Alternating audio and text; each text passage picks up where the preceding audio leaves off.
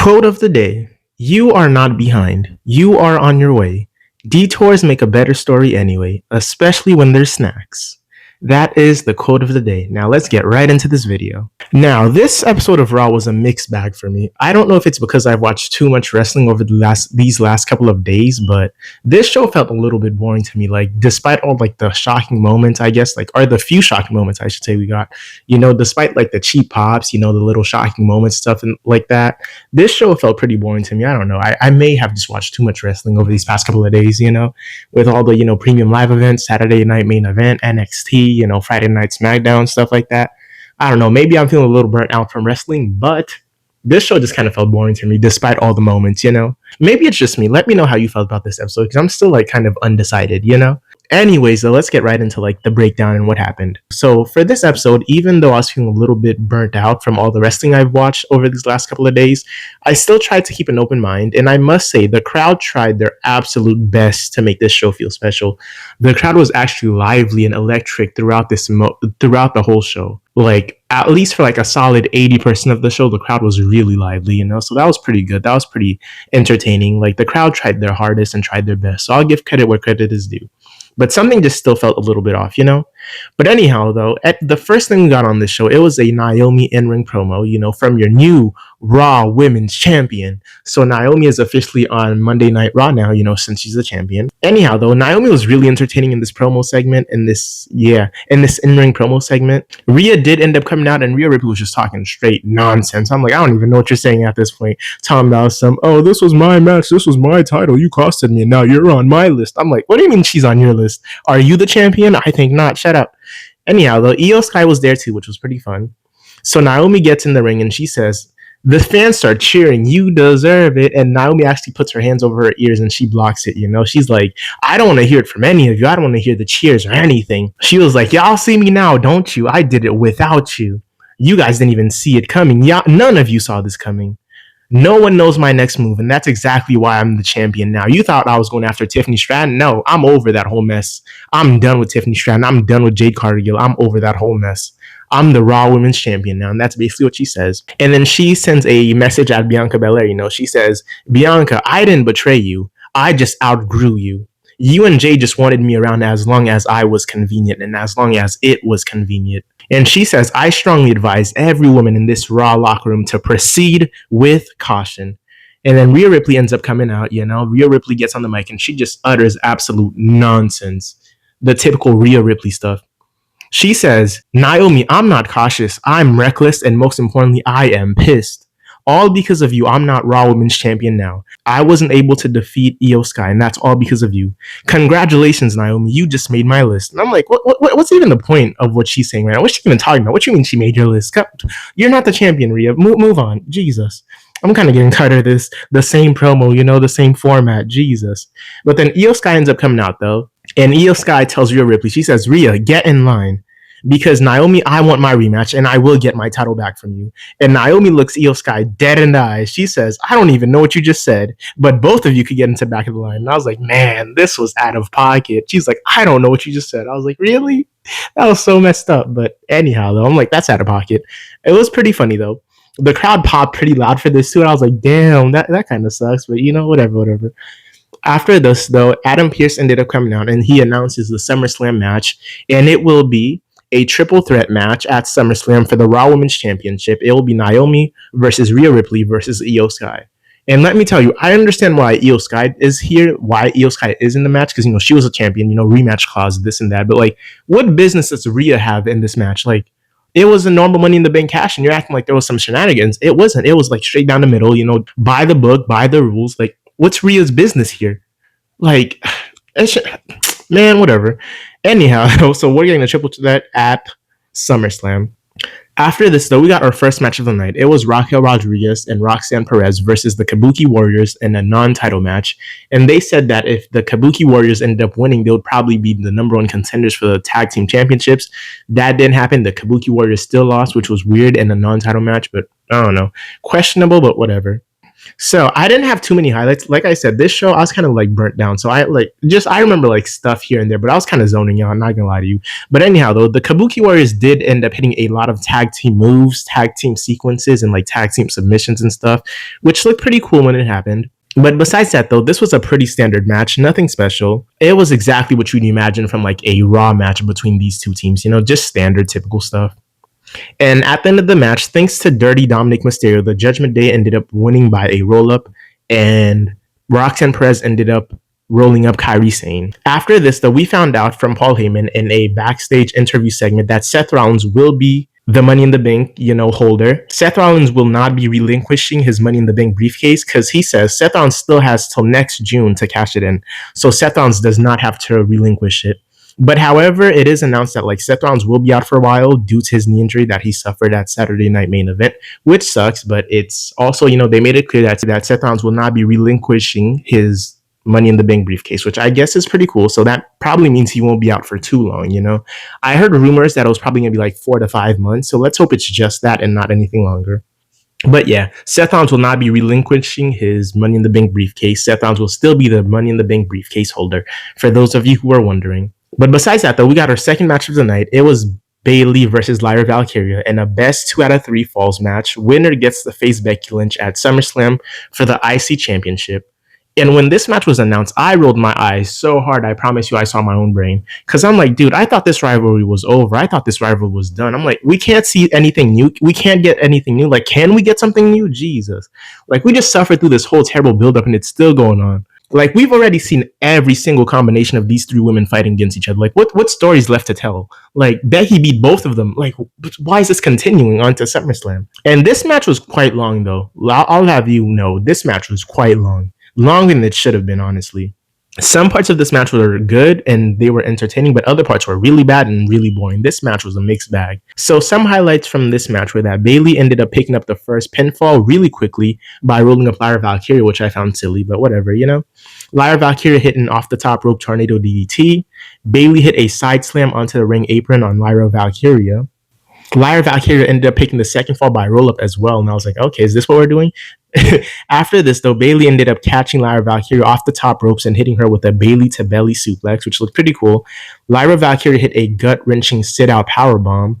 Lyra Valkyria hit a fisherman suplex on the ring apron to Bayley, which looked pretty, painful. Bayley hit a sunset flip on Lyra Valkyria and sent Lyra Valkyria flying into the steel stairs. Lyra Valkyria ended up hitting her Nightwing finisher at the end of the match on Bayley for the win. And we are going to get Lyra Valkyria versus Becky Lynch again. They're running that match back at SummerSlam. So this is not the result I hoped for or what I expected, at least. I wanted Bayley to win. At least it would be something kind of new, but whatever. We're getting Lyra Valkyria versus Becky Lynch again in that SummerSlam for the IC Championship. And I'm going to be honest with you, I'm not too excited about this. We've seen this already. It wasn't anything crazy. It wasn't anything exceptional. I'm kind of over this whole rivalry. After this, though, we got a Karrion Kross video package basically addressing Sami Zayn, calling Sami Zayn a liar, saying Sami Zayn took the easy way out. Sami Zayn could have been here tonight, but he decided to wimp out. Sami's not really injured. Sami is a liar, this, that, and the third. He didn't say anything too crazy, nothing too memorable, but at least it seems like WWE is not giving up on Karrion Kross, so that's pretty good, WWE still probably have some faith in him, they see some potential in them, so that's kind of cool to see that they're still, trying to work with Karrion Kross. After this, though, we got our third match of the night. It was Nikki Bella versus Chelsea Green, just because, no stakes, no nothing, just because. And throughout this match, my ADHD would not let me take my eyes off Nikki Bella's socks because it had writing on it, and my ADHD kept saying, like, what's on the socks? What does it say? So that was bothering me throughout the whole match. And if it was bothering you too, let me tell you, the first sock said Nikki on both sides, and the second sock said Fearless. That's what Nikki Bella's sock said. If anybody else had ADHD along with me and couldn't focus on the match and were trying to read the socks, that's what it said. I hope that helped someone. I hope I wasn't alone, But anyhow, though, there was barely any highlights from this match. I don't know. It was a pretty mid match from Nikki Bella and Chelsea Green. Nothing crazy, nothing too memorable. The only 2 things I remember from this match were that Nikki Bella hit a Bella Buster X Factor and Nikki Bella hit the Rack Attack 2.0 for the win. And she kind of did a modified Rack Attack. I think her last Rack Attack, her old finisher was like too detrimental to her neck or shoulders, and that caused her to be injured. So she kind of switched it up, and it looks pretty good now too. After this, though, we got a Gunther in-ring promo, and Paul Heyman ended up coming out. I don't know what Gunther said. I don't really care what Gunther said. Like I said, I'm done with Gunther at this point. I'm over anything related to Gunther. Off the booking that we've been seeing lately with Gunther, I'm just tired of Gunther. I don't care what he says. I don't know what he says. I'm just moving on, you know? Paul Heyman was out there. I don't know what Paul Heyman said. I zoned out. After this, though, we got our gauntlet match. It was the main event. The gauntlet match, winner gets to face Gunther for the World Heavyweight Championship at SummerSlam. This match consisted of the competitors CM Punk, Braun Breaker, Penta, Jey Uso, and LA Knight. Now, the problem with this gauntlet match was that we already knew who was going to win. We already knew what the outcome was going to be. We already knew what to expect. So it just kind of felt drawn out. You know, we're just like, get to the main part, you know, get to the CM Punk part. We already knew what was going to happen. So this just kind of made the gauntlet match feel a little bit too predictable and kind of boring for some of the matchups. But anyhow, though, the first matchup, it was Penta versus Braun Breaker. This match was kind of slow paced, surprisingly enough, with Penta in the ring, a slow paced match. That's unheard of, you know. We've definitely seen a lot more and a lot better Penta versus Braun Breaker matchups. This wasn't anything to, you know, brag about. This was pretty standard, pretty bad, honestly. But at the end of the match, though, Braun Breaker ended up hitting a springboard catching spear on Penta for the win.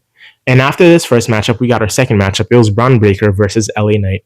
And this matchup was surprisingly way better than the Braun Breaker versus Penta matchup. So that was kind of crazy to me, knowing that Penta's the whole high flyer, the flashy guy, stuff like that. But whatever. This was actually way better than the Penta and Braun Breaker matchup.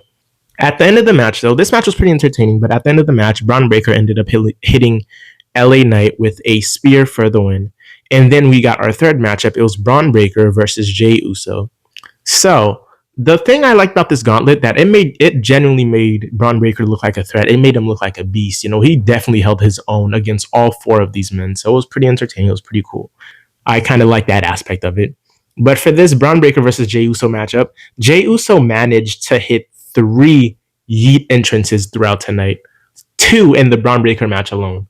I'm like, that was kind of crazy. He came out with a yeet entrance. That's fine. All fine and dandy. Then he hit a yeet entrance again mid-match after he hit Braun Breaker with a move. And I'm like, this was so silly and unnecessary. That was a waste of time. But after all this and that, though, with interference from Bronson Reed, Braun Breaker ended up spearing Jey Uso for the win. He eliminates Jey Uso. Then we got to our final matchup of the night. It was Braun Breaker versus CM Punk. This match was pretty entertaining for the most part. Bronson Reed did end up interfering in this match a whole lot, and Jey Uso had to come out. And I found it really frustrating that the announcers kept announcing that, oh, this is a no DQ match. And this really made no sense to me because they kept conveniently announcing that it was no DQ when Bronson Reed was interfering and stuff like that. I'm like, why is this no DQ? It's just a normal gauntlet match. You know, it's just one-on-one matches back to back. Why is it all of a sudden no DQ when Bronson Reed is interfering? Like, that's weird. Stop changing the rules, you know? And it kind of got me wondering. I'm like, it bothered me so much. I'm like, because if it's no disqualification, why aren't we seeing any chairs, steel chairs? Why aren't we seeing any candlesticks, any tables? It's no DQ, right? I'm like, that was so weird to me. They just kept saying it's no DQ as soon as somebody interferes. I'm like, stop changing the rules for convenience, you know? Have it make sense. But anyhow, CM Punk ended up beating Braun Breaker with a GTS, and it will be CM Punk versus Gunther at SummerSlam for the World Heavyweight Championship. After the match, Braun Breaker and CM Punk and Jey Uso and Bronson Reed had a big brawl. The Brawns kept jumping. Well, not kept jumping, but the Brawns jumped and beat up Jey Uso and CM Punk. The OTC Roman Reigns ends up making his return. He comes out, you know, his theme song hits. He comes out all hype. Superman punches Bronson Reed. Samoan drops Bronson Reed. He Superman punches Braun Breaker, spears Bronson Reed, and that's how the segment ends. And I was wondering, is this supposed to lead to a triple threat match? Is this going to turn into CM Punk versus Roman Reigns versus Gunther for the World Heavyweight Championship? I was wondering, what's the story here? What's the angle for Roman Reigns? Why is Roman Reigns here? You know, I'm happy he retained, but I'm like, what's this leading to, you know? And I have a feeling this might lead to another triple threat match. I don't know. I'm like, what's Roman's story? But that was your whole show, though. That was your whole show, and that's how it ends. The OTC Roman Reigns makes his return, and he saves Jey Uso and CM Punk. Although he did not acknowledge CM Punk. He left CM Punk hanging, but he did help his own cousin get up, you know, if that's important. Anyways, all things considered, this Raw was probably a solid 6 out of 10, maybe. And I might be being very generous with my rating. I don't know. Like I said, I kind of zoned out. Maybe it was better, maybe it was worse. But for me, in my opinion, I'd rate it a solid 6 out of 10. That might be generous. That might not be generous. I don't know. But I didn't really want the, cheap pop moments to cloud my judgment because I'm like, there was a lot of cheap pops and a lot of pops, but a lot of it didn't make sense. And like, it just left you wondering a lot more than it should. It left more questions than answers. So that's why I kind of didn't want to let the cheap pops, cloud my judgment. Like, Roman Reigns returning, CM Punk fighting, stuff like that, you know? But anyhow, though, like I said, this episode was a solid 6 out of 10. And that's my review. That's my breakdown of Raw this week. Anyways, though, thank you for showing up. Thank you for being here. And thank you for hearing me out. Like, comment, and subscribe if you want to. Like, comment, and subscribe if you'd like to. And like, comment, and subscribe if you choose to. As always, it's been a pleasure. I'm out.